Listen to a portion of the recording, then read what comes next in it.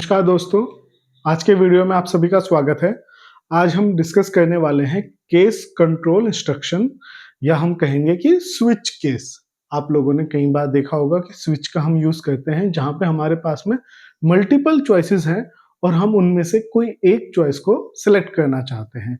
For example आप लोगों ने एक जो है स्विच बोर्ड भी देखा होगा अपने घरों में, इलेक्ट्रिसिटी बोर्ड जहाँ पे होता है। अगर आप फैन चलाना चाहते हैं तो आप फैन का स्विच ऑन करेंगे, अगर आप बल्ब जलाना चाहते हैं तो उसका स्विच ऑन करेंगे।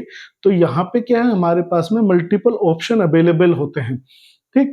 उसी तरह से अगर हम सी लैंग्वेज के अंदर भी कुछ ऐसा ही बनाना चाहे तो उसको हम यूज़ कर सकते हैं स्विच केस के थ्रू।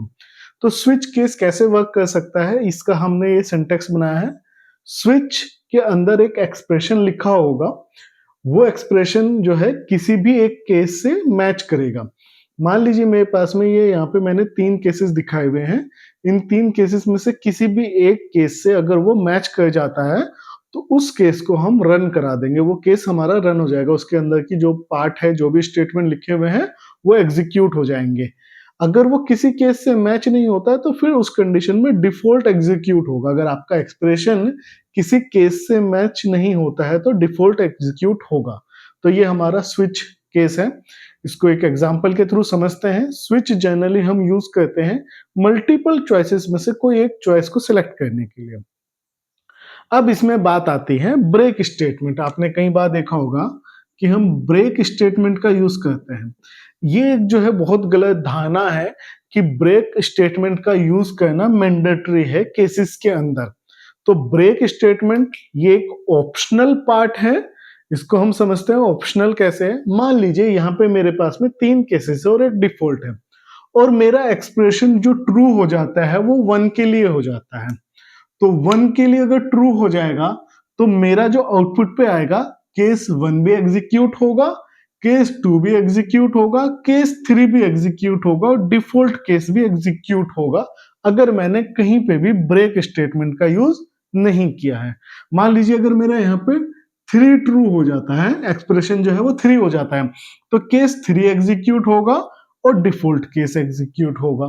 कहने का मतलब ये है कि अगर आपने कहीं पे भी ब्रेक स्टेटमेंट का यूज नहीं किया है, तो वो जो केस है वो और उसके नीचे के जितने भी केसेस हैं प्लस डिफॉल्ट केस, ये सारे एग्जीक्यूट होंगे।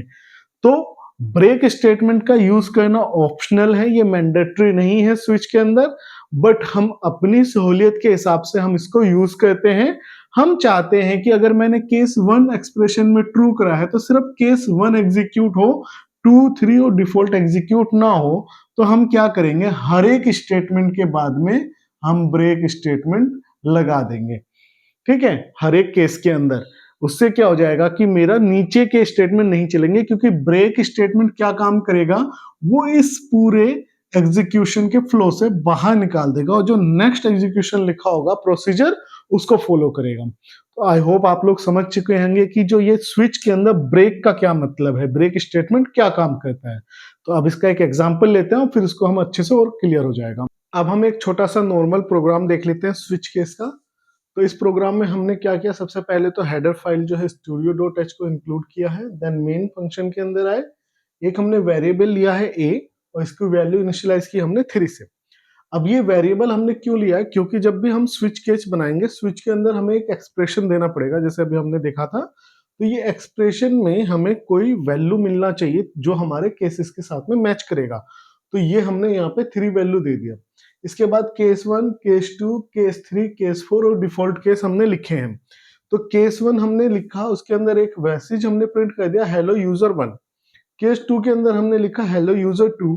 केस 3 के अंदर हेलो यूजर 3। केस 4 के अंदर welcome to my channel and then default के अंदर दिस इज डिफॉल्ट केस। ये हमने एक एक लाइन का इंस्ट्रक्शन दे दिया। जस्ट इसके अंदर आप कोई भी ऑपरेशन परफॉर्म कर सकते हैं, हमने एक एक लाइन का एक इंस्ट्रक्शन दिया है। अब यहाँ पे होगा क्या, ये जो a की वैल्यू है वो है 3। तो 3 होने से हमारा केस 1, 2 ये नहीं चलेंगे, हम सीधा 3 पे आएंगे। 3 में आते ही हमारा सबसे पहले 3 के अंदर का एग्जीक्यूट होगा उसकी बॉडी। उसकी बॉडी के अंदर एक मैसेज डिस्प्ले होगा और मैसेज में आ जाएगा हेलो यूजर। अब ये मैसेज आने के बाद में हम आ जाएंगे यहाँ के बाद में, फिर हम आ जाएंगे केस 4 पे।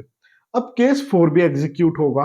केस 4 क्यों एग्जीक्यूट होगा, क्योंकि केस 3 के अंदर कोई ब्रेक स्टेटमेंट नहीं लगा। इसका मतलब हम अभी भी इसी लूप के अंदर है और हमारा जो ये एक्सप्रेशन जो ट्रू हो गया था वो और उसके नीचे के सारे केसेस हमारे एग्जीक्यूट होंगे, क्योंकि हमारे किसी भी केसेस के अंदर ब्रेक स्टेटमेंट नहीं है। तो इसमें क्या होगा, अब वेलकम टू माय चैनल जो है ये भी मैसेज डिस्प्ले हो जाएगा। उसके बाद में फिर डिफॉल्ट केस जनरली होता किस लिए है कि मान लीजिए आप अपना प्रोग्राम बना रहे हो और उसमें ऐसा हो सकता है कि ये एक्सप्रेशन आपका किसी भी केसेस के साथ में मैच ना करे। उस कंडीशन में हमारा डिफॉल्ट केस एग्जीक्यूट होगा। ठीक है, तो यहाँ पे क्योंकि यहाँ पे ब्रेक इनकाउंटर नहीं है तो हमारा डिफॉल्ट भी एग्जीक्यूट होगा और ये मैसेज जो है दिस इज डिफॉल्ट केस ये हमारा डिस्प्ले हो जाएगा। तो ये तो एक हमने नॉर्मल सा प्रोग्राम देखा है। अब हम उसमें थोड़ा सा ब्रेक का यूज करके देखते हैं कि ब्रेक का यूज करने से हमारे प्रोग्राम के फ्लो में क्या डिफरेंस आ रहा है। अब हम एक सिंपल सा प्रोग्राम समझ लेते हैं जिसमें हम यूज करेंगे ब्रेक स्टेटमेंट। तो ये प्रोग्राम हमने स्टार्ट किया। प्रोग्राम के अंदर हमने 4 वेरिएबल लिए ABCD। ठीक है, ए वेरिएबल हमने लिया है चॉइस के लिए, बी और सी 2 वेरिएबल हम यूजर से लेंगे और डी के अंदर उसका रिजल्ट सेव करेंगे। अब हम इसमें किस चीज का रिजल्ट सेव करेंगे, हम क्या कर रहे हैं, हम यूजर को 4 ऑप्शन प्रोवाइड कर रहे हैं। तो जैसे ही हमारी आउटपुट स्क्रीन आएगी तो इस आउटपुट स्क्रीन पे ये 4 ऑप्शन विजिबल होंगे। 1 for addition, 2 for subtraction, 3 for multiplication and 4 for division.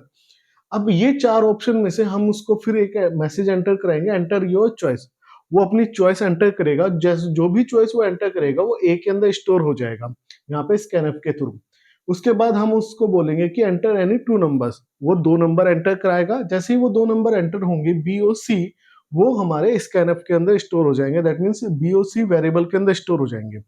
अब उसके बाद में हमारा ये पूरा स्विच स्टेटमेंट एग्जीक्यूट होगा। स्विच के अंदर हमारा क्या होगा यहाँ पे कि अगर मान लीजिए उसने चॉइस में जो ए की वैल्यू डाली है वो डाल दिया उसने 1, तो 1 डाल दिया है तो हमारा ये एग्जीक्यूट होगा और यहाँ पे डी की वैल्यू स्टोर हो जाएगी बी और सी का सम। मान लीजिए एग्जांपल के तौर पे उसने जो वैल्यू डाली है अभी स्टार्टिंग में, उसने बी की वैल्यू मेरे को डाल दी 20 और सी की वैल्यू उसने डाल दिया 5। मतलब पहला वेरिएबल उसने जो वैल्यू डाली है वो 20 डाली है और दूसरा है उसने 5 एंटर किया है।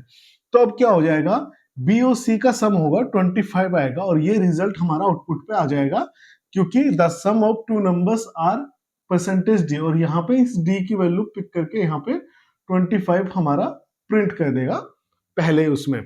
ठीक है, उसके बाद आ जाएगा ब्रेक स्टेटमेंट। जैसे ही ब्रेक स्टेटमेंट इनकाउंटर होगा वो इस पूरे स्विच स्टेटमेंट से इस फ्लो को एग्जीक्यूशन को ब्रेक कर देगा और यहां से उसको बाहर निकाल देगा।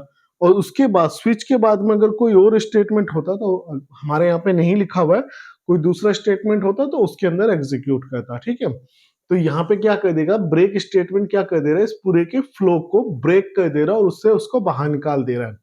मान लीजिए उसने चॉइस में हमने 2 डाल दिया, तो 2 डाला तो हमारा बी और सी की वैल्यू 20 एंड 5 लेते हैं तो यहाँ पे डी के अंदर स्टोर हो जाएगा 15 और ये 15 वैल्यू यहाँ पे मैसेज में प्रिंट हो जाएगा। The difference of 2 numbers are 15।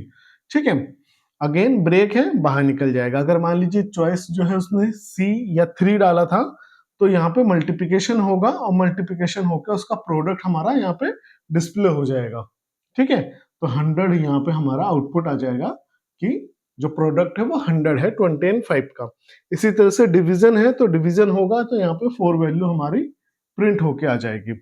अब मान लीजिए उसने जो चॉइस डाला है वो कोई ऐसा नंबर डाला है जो 1 2 3 4 में से नहीं है। मान लीजिए उसने 5 डाल दिया। अब उसने 5 अगर ए की वैल्यू डाल दी है तो ये हमारा क्या हो जाएगा, रॉन्ग चॉइस, क्योंकि वो हमने चॉइस में दिया ही नहीं था। हमने तो प्रोग्राम के अंदर लिखा था कि भाई 1 for addition, 2 for subtraction, 3 for multiplication and 4 for division, but उसने एंटर क्या करा है 5। अब 5 तो हमारे इस स्विच केसेस के अंदर केस ही नहीं बने हुए, तो हम क्या बनाते हैं, एक डिफॉल्ट केस बनाते हैं इस तरह की कंडीशन को हैंडल करने के लिए, जहां पे हमारा जो एक्सप्रेशन जब किसी से भी मैच नहीं करता तो डिफॉल्ट केस हमारा एग्जीक्यूट होता है।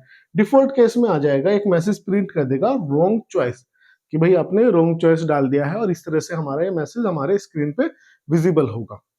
अब सेकंड पार्ट हम बात करते हैं कि हम इन केसेस में क्या क्या लिख सकते हैं। तो इन केसेस के अंदर हम लिख सकते हैं अल्फाबेट, फॉर एग्जांपल ए या कैपिटल ए, हम इस तरह से लिख सकते हैं इनको।